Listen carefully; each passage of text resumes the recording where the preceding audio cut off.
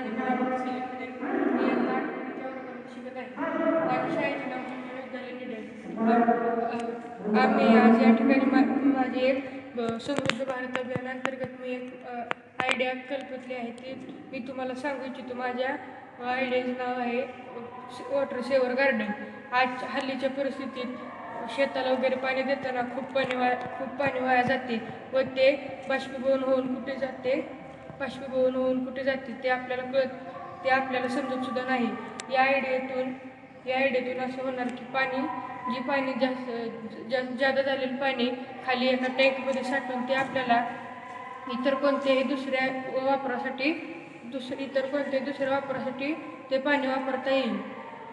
तर यावेळी खाली आधीवर एक लेअर बनवली आहे, त्यात माती वगैरे ठेवली आहे, त्यात आपण विविध झाडांची लागवड करू शकतो व त्याखाली अजून एक लेअर आहे, त्यात आपण पाणी साठवू शकतो.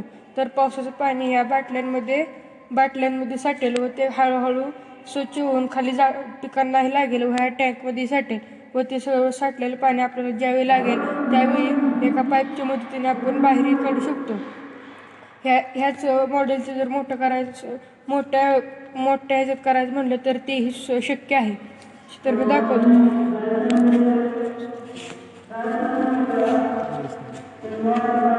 पावसाचे पाणी पडेल ते हळूहळू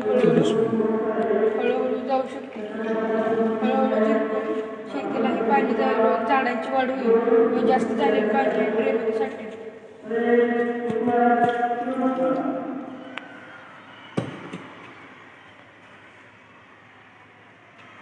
व ते पाणी नंतर आपण वापरासाठी स्ट्रॉमधून काढू शकतो.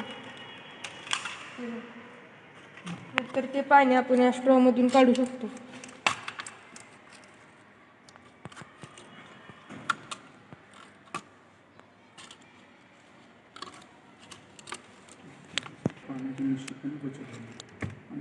त्यामुळे पाण्याची बचत होऊ शकते. व यातून खूप पाणी वायाही जाणार नाही व पीकही चांगलं राहील. आणि उन्हाळ्याच्या परिस्थितीमध्ये या झाडाला खालून पाणी हळूहळू वर लागू शकते व ह्या खालील पाण्याचे बाष्पीभवन होऊन पाणी संपणार सुद्धा नाही. या अभियानामुळे आम्हाला नवकल्पनेला संधी मिळाली. आमच्या या विद्यालयामधल्या विद्यार्थ्यांनी वॉटर सेवर गार्डन ही कल्पना आपल्या सर्वांच्या पुढे मांडलेली आहे.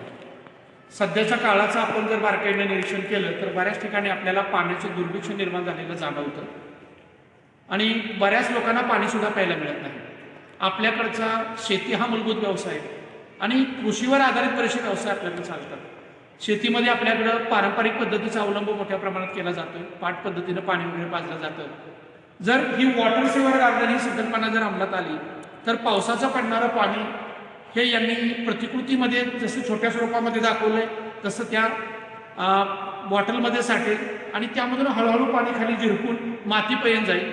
मातीमध्ये ज्या पिकांची लागवड केली त्यांना सुद्धा पाणी प्राप्त होईल आणि त्यामधून झिरपणारं पाणी त्याच्या खाली एक त्यांनी टँक केलेला आहे.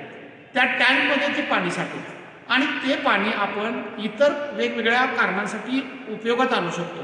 म्हणजे बाष्पीभवन होऊन जाणारं जे पाणी आहे ते वाया जाणार नाही. ते पाणीसुद्धा आपण पुनर्वापरासाठी वापरू शकतो.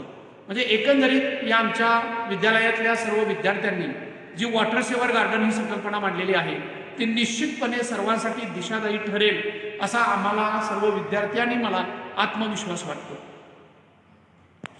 विकसित भारत अभियान या अंतर्गत विद्यार्थ्यांच्या कल्पनेला निश्चितपणे चांगली प्रेरणा या ठिकाणी मिळालेली आहे आणि अशा प्रेरणादायी उपक्रमांमुळे निश्चितपणे ही मुलं संशोधक वृत्तीची बनतील याची आम्हाला खात्री वाटते. धन्यवाद.